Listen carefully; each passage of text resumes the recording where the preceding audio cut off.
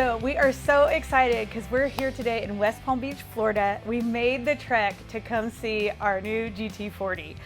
We're here with Mike. We bought the car from Hillbank Motorsports, but then Mike's with Last Stand Performance. Correct. And he's assembling the car for us and has done an amazing job. And he's going to go over all the different options with us and show us our new car. So you guys haven't seen it in person yet. So No. The only time you guys have seen this car is essentially off FaceTime, right? Yes, It's coming. exactly. And you know, we first fell in love with it at SEMA when we first met Norman, and he said, "Hey, do you want to sit in it?" And there was like a huge crowd of people, and I was like, "Yeah, I do." And then that started the whole thing. Well, we can definitely put you in your car right now, so I'll just roll it forward. But right now, I went ahead and dynamated everything in here internally right now, so that you got no heat dissipation into the car. And the seats are back here too. But went ahead and took the entire bulkhead and the back side of that, dynamated that. And then all the open cavities, because these have these access panels to get to the lower control arm bolts from the inside. I went ahead and blocked those off, filled them, and then dynamated those closed too, so you don't get a rush of wind from the back side of that.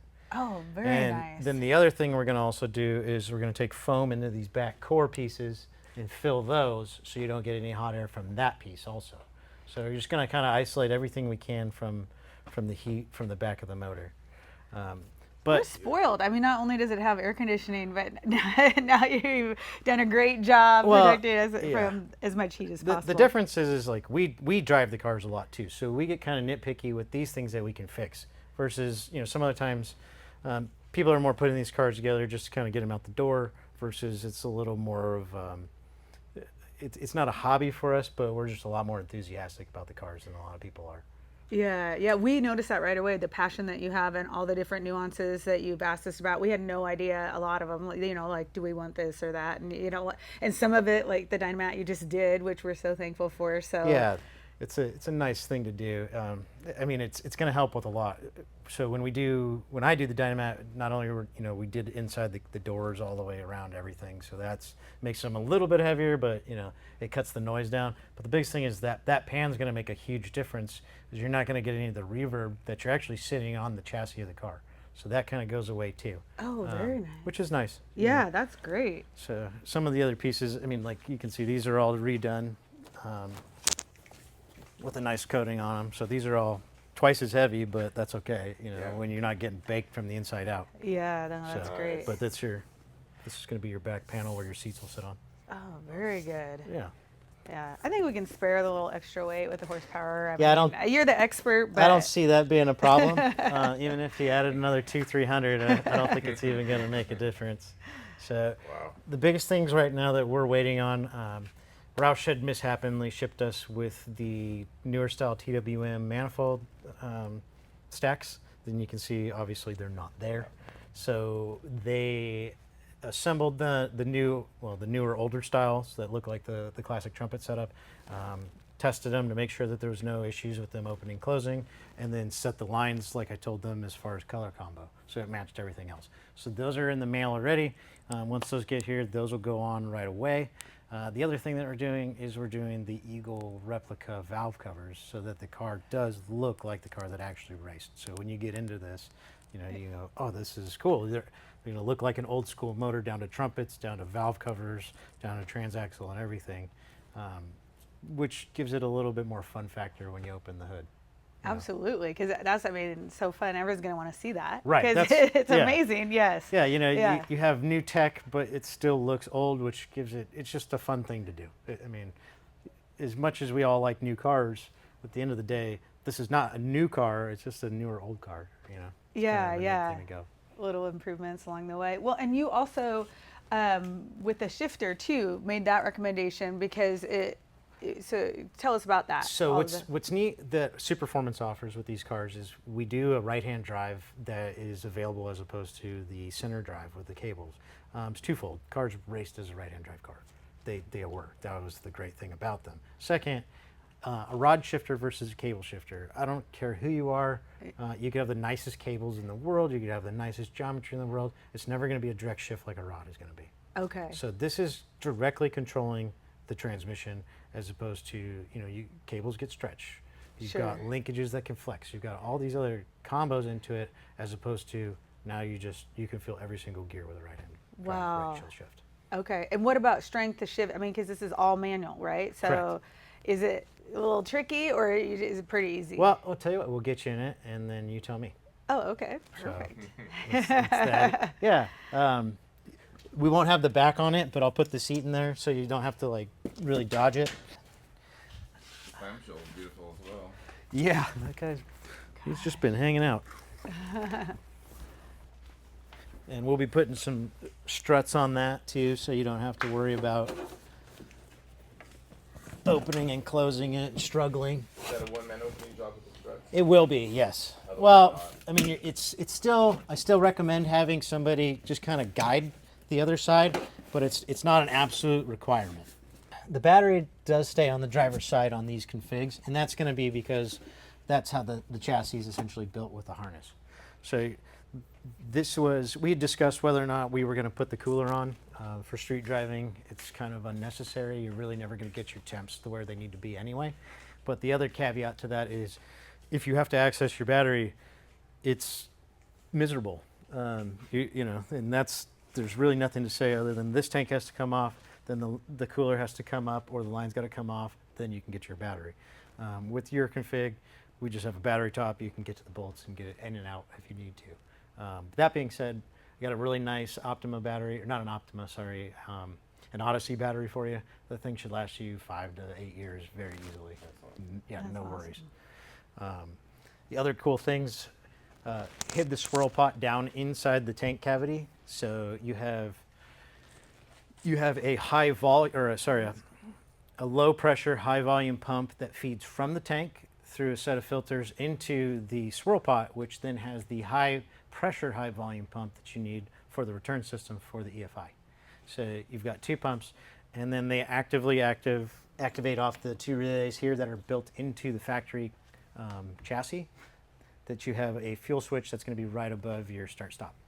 Okay. Yeah. I think I remember that from. So yeah, so it's nice. Yeah. So if and the reason why we typically don't want to tie that into the ECU, typically we would, but on a GT40 it is already relayed. You already have the capacity of the amperage that'll pull for the pumps. But it's nice if you need to drain your tank, you don't have to play and trip around with the computer to get it to do that. You just flip the switch and you can empty your tank, change the race fuel, do whatever you need to do. That, and then we hung your remote oil reservoir so where you can just put a catch pan under it real quick to pull it off, change it. You don't have to play around with any BS under the car. Your drain plug pan is visible from the top right here, so you can easily throw another pan underneath it, undo the cord from the top, so you don't even have to dick around with, you know, all the funny stuff of doing a car like this. So it's pretty convenient when you do it like that. Once we get the newer valve covers, also be welding some bungs on that. We're going to run a nice Motion Raceworks can on it for the back, hang it out here so you don't have any oil residue all over the motor when you guys beat it up. Oh, nice. So, Okay. yeah, that would be nice. Yeah, you didn't know I was going to be driving it, or you did. Yeah. You did, because you're like, just in case. How's the visibility through the rearview mirror? So the rear mirror is not on yet, but that's something that we'll go over a little bit more once you guys get it. So Yeah. we got a couple custom things going on with that. That'll be nice. So this is going to be the Quaife Transaxle out of England. This is going to be their newer revision that holds a little bit more fluid in it. They've had a couple more designs to the internals to make them a little bit more reliable from their first iterations. It's based off of the essentially the original ZF style, which was just a transmission bolted to an axle, or a rear end housing. So it's not that, because it's a little more well engineered than that was. But this is going to be as close as you can get without having to go scavenge for something that is original, which is very hard to get. This is a 427 IR from Roush. So, and I think we got your numbers here, so I know what you made. Okay. Here's a cool little 578 horse. Oh, nice. Well, there we go. We were thinking 565, so 578. We'll Wow. take it. Yeah, anything past 550 is more than enough, Yeah, which more- is wonderful. So it's like a go-kart on steroids. Wow. So- Oh my What's gosh. this going to weigh? So typically, I think the chassis without an engine and transaxle is going to weigh I'd venture to say the car is going to be right around 2,200 pounds. So that's where I would put you, 22 to 24. Yeah, that's cool. How does it work for the first test drive? I mean, it's just, I think it's such an amazing process. You know, it comes over basically just the monocoque chassis, right? And Correct. then you've built this whole thing from that.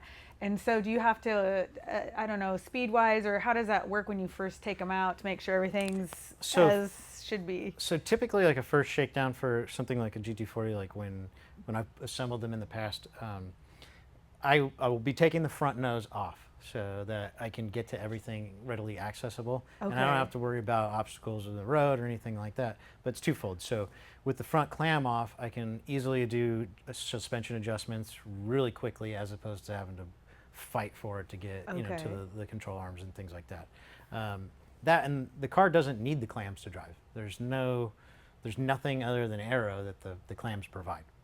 Okay. So that's really it. That and lights. Yeah. So we'll start there, get the alignment kind of how I want it after we've set the ride height to the fender height gaps. Okay. And then it's just going to be a little bit of fine tuning and making sure everything's ready to rock. So the brakes are definitely newer than what you're going to see. We do offer a girling option, but unless you're historic racing in that class, you know, that's where you really want it authentic, you know, that's on you. These Willwoods will stop you, I mean, better than most modern vehicles, and they're not even power assist. So it's a great avenue on these. The rotors are very thick, so you can endurance race these if you feel to in any kind of like a chump race or something like that. As far as the coilovers go, these are Bilstein valved coilovers with, I believe it's the Eibach shock now, or spring. They're a great shock and spring combo for, I want to say, like a street driver. If you're going to go really big, take this to the track, there's a lot of other things that I would recommend, but it's not something I see in your avenue with that. You're going to be very capable with these. They're more built for a nice ride as opposed to something that's just going to beat your teeth out of while you're on the street. Nice, yeah. And then we've got some cool standard stuff that's on your car now. That just started being equipped with these, the GT40s from the factory. So we no longer have to make these adjustments after the fact. So now we have the 3 independent reservoirs. So you've got your clutch and then your front and rear brake reservoirs, which is nice. That's a great thing to have on these cars. The other thing is now the factories come through and they've built grommets and better sealing systems for all the footbox here. So before, you know, we were taking like Hilti expansion foam, taping it all off, filling all the panel in there so that you don't get any heat from the radiator when you're driving on your feet. Now the factory's pretty much taking care of that, which is pretty nice. Yeah, that's good. There's little things that we'll still put a flashlight back in there and see if we got any kind of residual that we need to clean up. But once that's done, it'll seal up really nicely.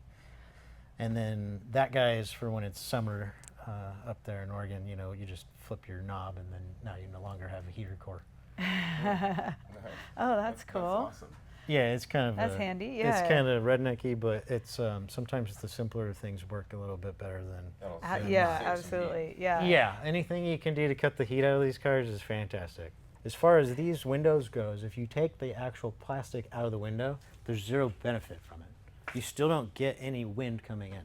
So yeah, he mentioned that. You'll get none. So the way that if you do want them to project wind is actually buy like a little Cessna window pop out. Oh, so interesting. then you just hole saw the little guy in there, put it in, pop it out, and then you do get wind. Where do you put those on the? Just up in the window, just up at the top of the corner window. So, and you were talking about doing your mirrors now on the fender as opposed to we had originally talked about doing them on the glass with like the ray dots. Yeah, right. So now we're gonna tape them up, put them on the fender, so you can put in that corner. If you put the little pop out, it's pretty nice because it kind of hides it in the corner and then you don't see it. Oh, that's cool.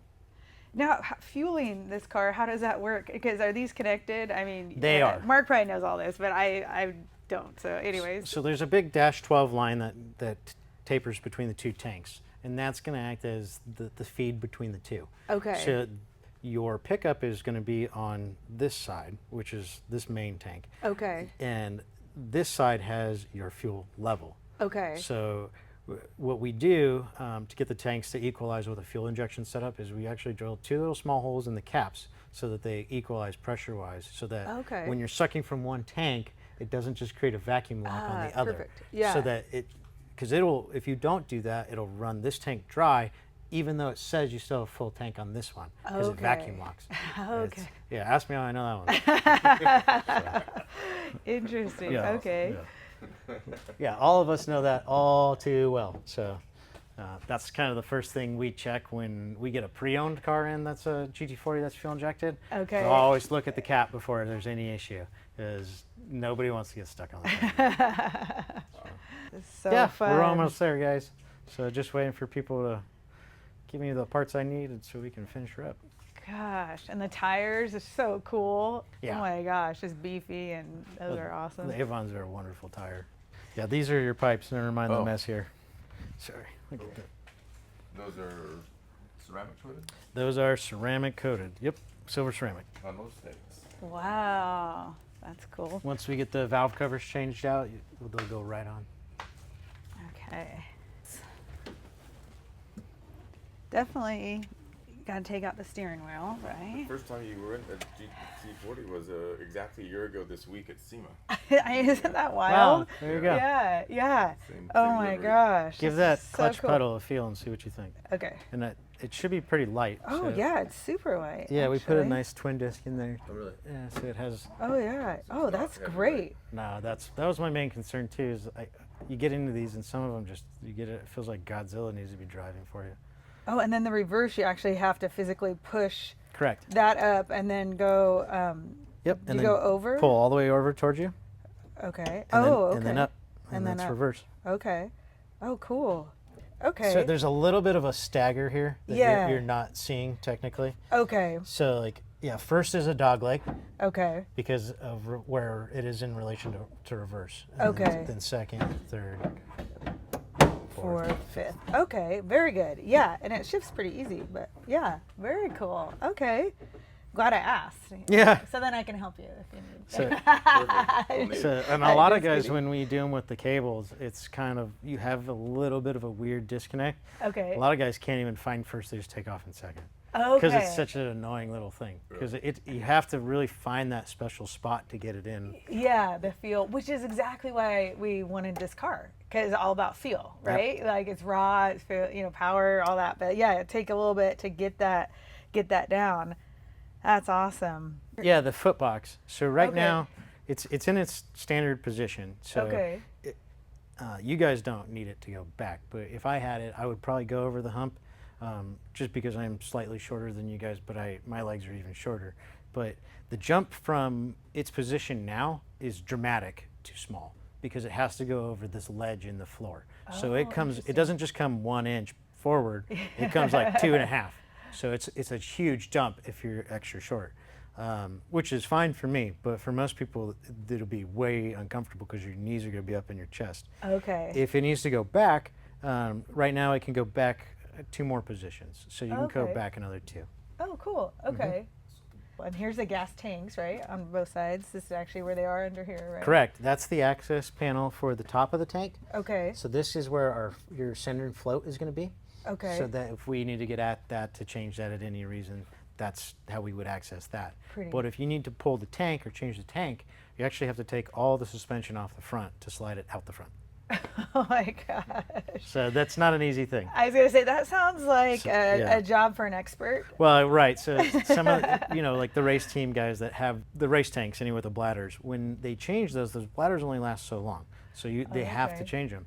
And people don't understand the amount of work that goes in just to change them on top of how expensive the bladders are. Oh, So it's kind of like, jeez. yeah, it's a double whammy when you're doing that. Yeah, when you're racing, a whole different ball game. Correct. Yeah, yeah. Which you do.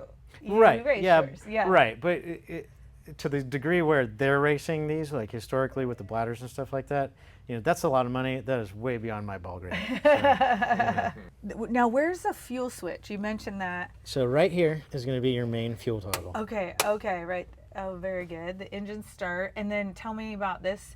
So that's just for your dimmer, for your gauges. Oh, okay. That's pretty Right now straightforward. I have your panel down because I'm running a GPS sending unit. for your center panel. But what we're doing is to keep that old gauge and not have it be a digital gauge, still be analog. I have a GPS sender box that uses a GPS unit to convert that to an actual speedo cable. Oh, so wow. So you get to keep your authentic gauge. Yeah, yeah. And it's going to look as nice and new as it ever did. Oh my.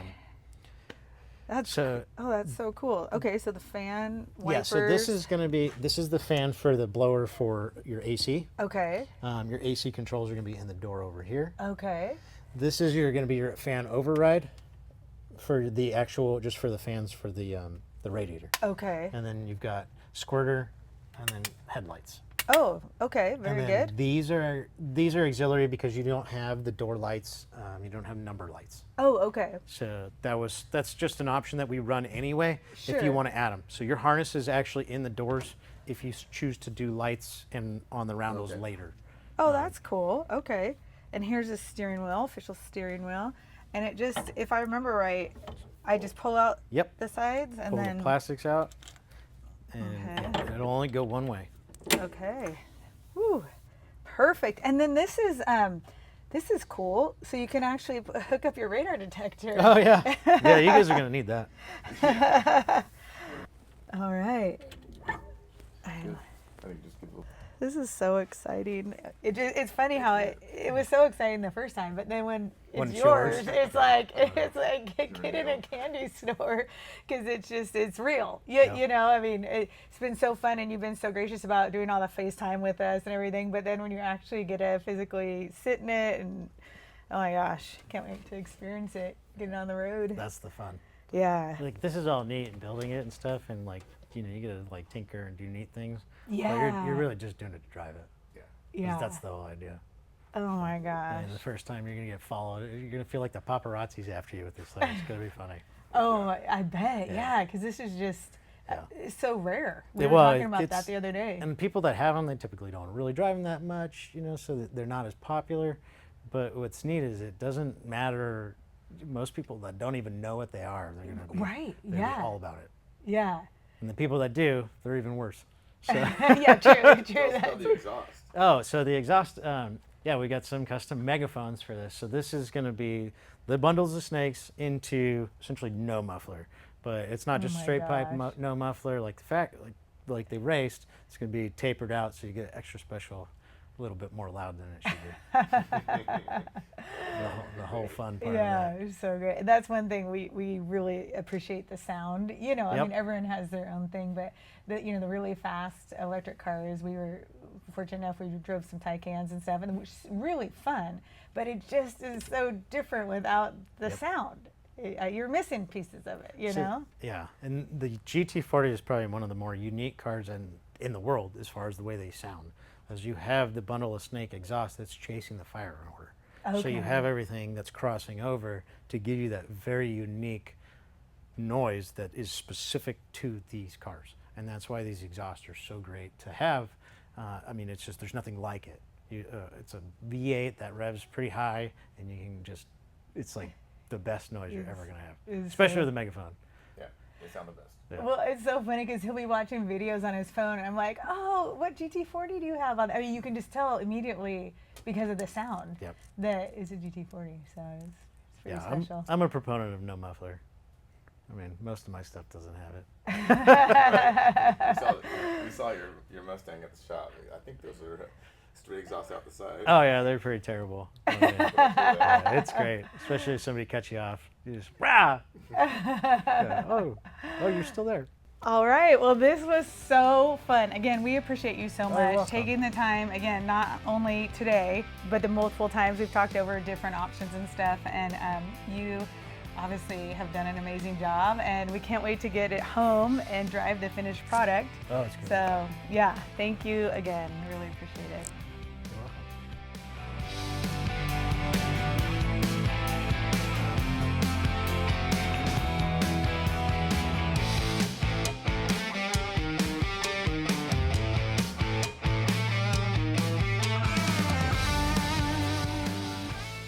Oh my God.